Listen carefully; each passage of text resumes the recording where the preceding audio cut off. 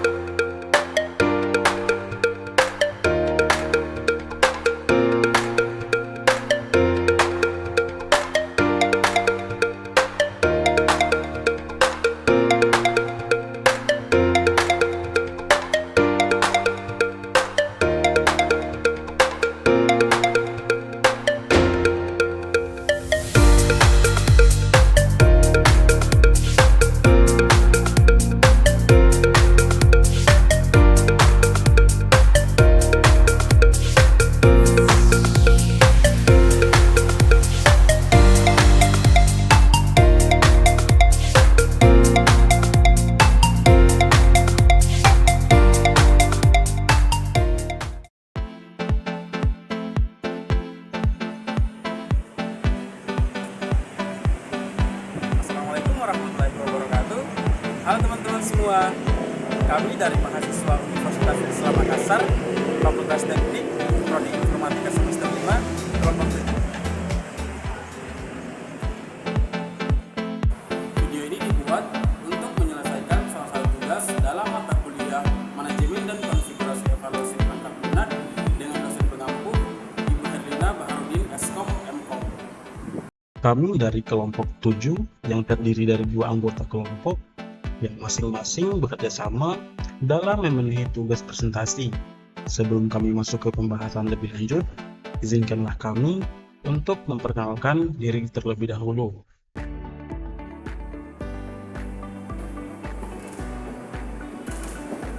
Halo, saya Ahmad. Bersama rekan saya. Hai, saya Rifki Ramadan. Kalian berdua akan menjelaskan cara menggunakan aplikasi VN. Thank you for watching, guys.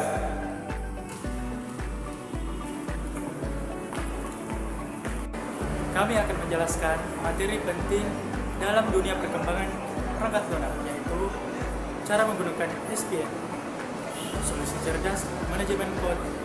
Namun sebelum kita membedah teknis cara kerjanya, mungkin teman-teman bertanya, sebenarnya apa sih SPN itu? Jadi, Visual CVN Server adalah aplikasi pengelola kode berbasis Windows yang sangat user-friendly. Fungsinya sebagai version control yang memungkinkan kita mencatat setiap perubahan kode. Jadi, kalau tiba-tiba ada error atau kode yang berantakan, kita bisa time travel alias mengembalikan file ke versi sebelumnya yang masih normal.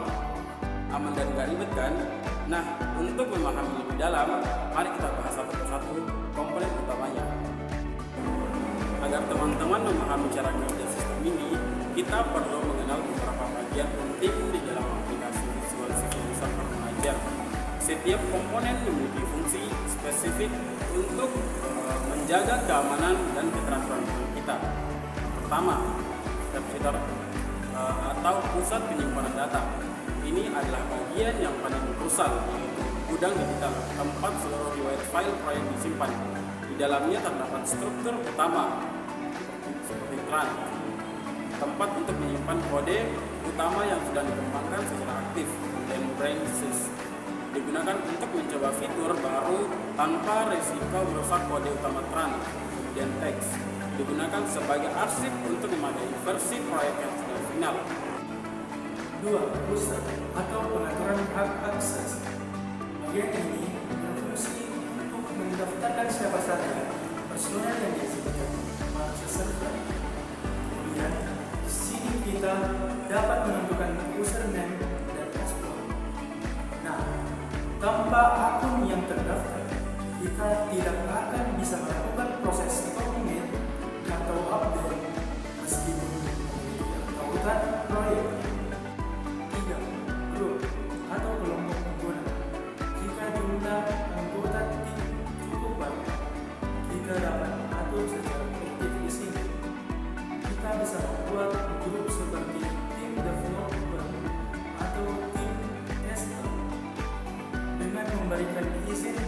level 2, otomatis seluruhnya anggota di dalamnya mendapatkan akses yang sama. 4. Security atau permission. Ini adalah peraturan untuk menentukan apa saja yang boleh dilakukan setiap pengguna. Pertama, no access. Pengguna sama sekali tidak dapat melihat data. Kedua, root only. Pengguna hanya bisa melihat dan mengambil kode tanpa otoritas untuk menyimpan perubahan. Ketiga, read atau write. Akses penuh untuk mengambil serta mengirim perubahan kode atau komplain. Nah, baik teman-teman, di sini saya akan menjelaskan bagaimana cara menggunakan aplikasi CVN. Nah, sebelum kita mulai cara mengerjakan aplikasi CVN ini, alangkah baiknya saya mengulang kembali dan menyampaikan kembali kepada teman-teman komponen-komponen utama yang terdapat di dalam aplikasi CVN ini. Nah, komponen utama yang pertama yaitu repositories. Nah, repositories ini terdapat beberapa struktur. Yang pertama yaitu trunk, kemudian branches, dan ketiga yaitu tags. Kemudian komponen yang kedua user, dan yang ketiga yaitu group, dan yang keempat yaitu jobs. Baik, kita mulai saja cara menggunakan aplikasi CVN. Yang pertama yaitu klik repositories, kemudian setelah muncul tampilan seperti ini, teman-teman bisa klik kanan, kemudian klik Create New Repository. Kemudian teman-teman pilih regular FSFS repository, kemudian next. Nah, kemudian kalau sudah tampil seperti ini, teman-teman bisa membuat project yang ingin dimasukkan ke dalam sini. Misal kayak nama repositoriesnya itu seperti ini.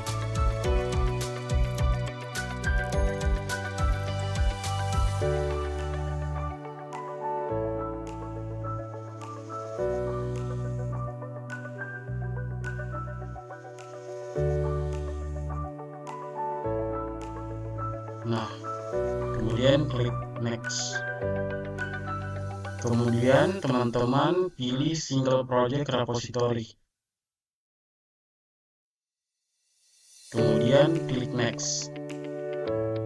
Nah, langsung next. Create. Finish. Nah, setelah tampilan repositoriesnya seperti ini, terdapat branches dan tags dan trunk. Kemudian teman-teman klik user. Setelah teman-teman klik user, akan tampilannya seperti ini. Kemudian klik kanan, pilih create user. Kemudian teman-teman di sini mengisi username dan passwordnya.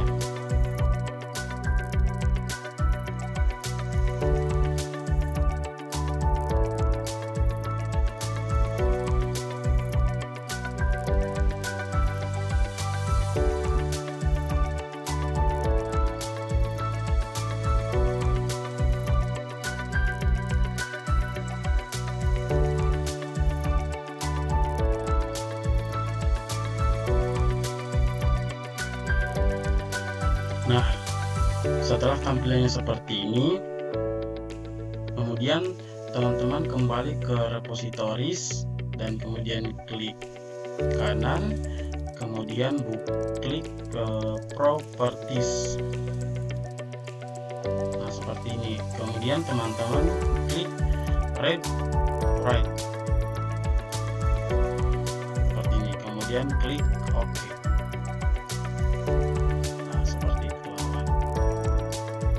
Kemudian yang kedua yaitu tahap menghubungkan project. Nah, di sini setelah pada siap, teman-teman memerlukan URL untuk menghubungkan komputer ke lokal dengan server. Yang pertama teman-teman lakukan yaitu di Visual CVN, buka folder repositories yang ini, tampilan ini. Kemudian klik kanan pada folder drone yang ini. Kemudian klik copy URL. Terus setelah itu baik, kita lanjut ke tahap ketiga yaitu memasukkan project.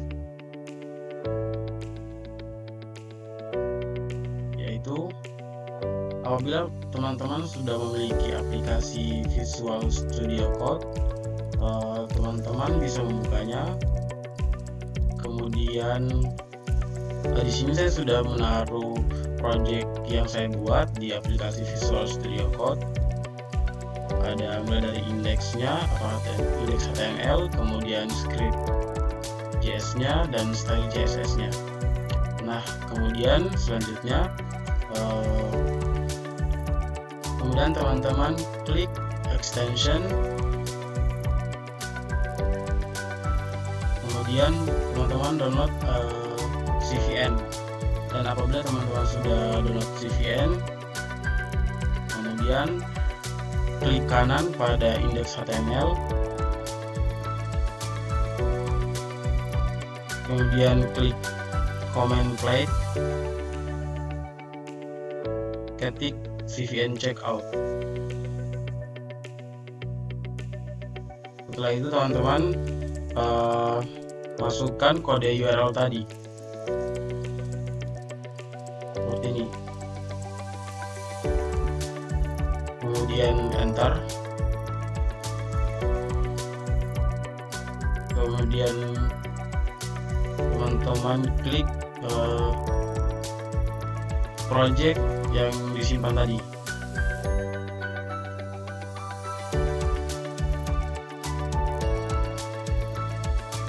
Klik select repository location. Nah, kita masuk di tahap yang terakhir yaitu verification hasil. Untuk memastikan proyek teman-teman sudah tersimpan di dalam CVN, nah, cara menceknya yaitu buka kembali aplikasi CVN-nya, kemudian klik repositories, kemudian klik kanan,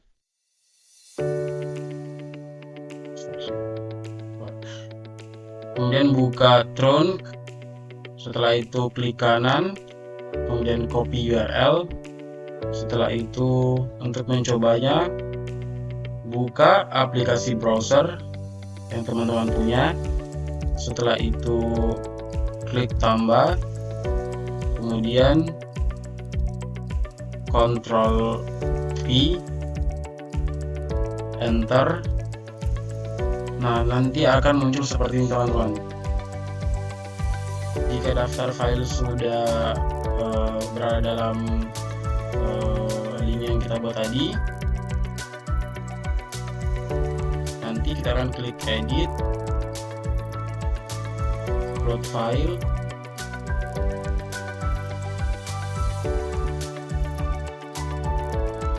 masukkan indeks, kemudian tambah lagi, klik script JS,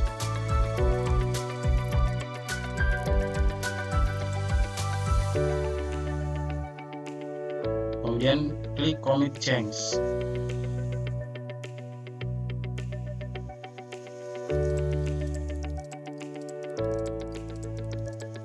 Nah, tampilannya akan seperti ini teman-teman. Jadi untuk cara menggunakan aplikasi CVN sampai seperti ini saja teman-teman. Itulah penjelasan dari kelompok kami. mengenai tentang cara kerja aplikasi CVN. Kami berharap apa yang kami jelaskan tadi bisa bermanfaat untuk teman-teman sekalian. Terima kasih banyak atas perhatiannya. Saya Ahmad. Saya Rifki. Kami berdua pamit undur diri. Sampai jumpa di kesempatan berikutnya. Wassalamualaikum warahmatullahi wabarakatuh. Ini kuliah capek-capek gini, ini gelarnya antara dua, sarjana di akhir atau ALM di awal nama. Ya, semangat kuliah, semangat tugasnya, demi cita-cita, semangat. Gue tuh capek loh. Gue tuh capek gue.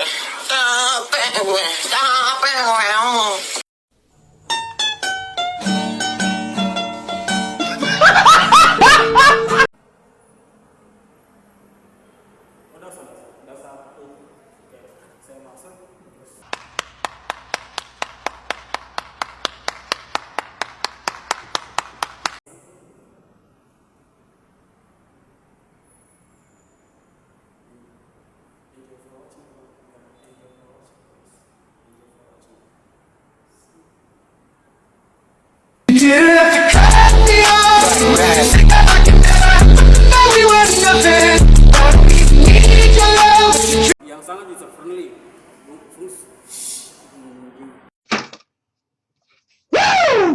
Dua, user atau pengaturan Ulang.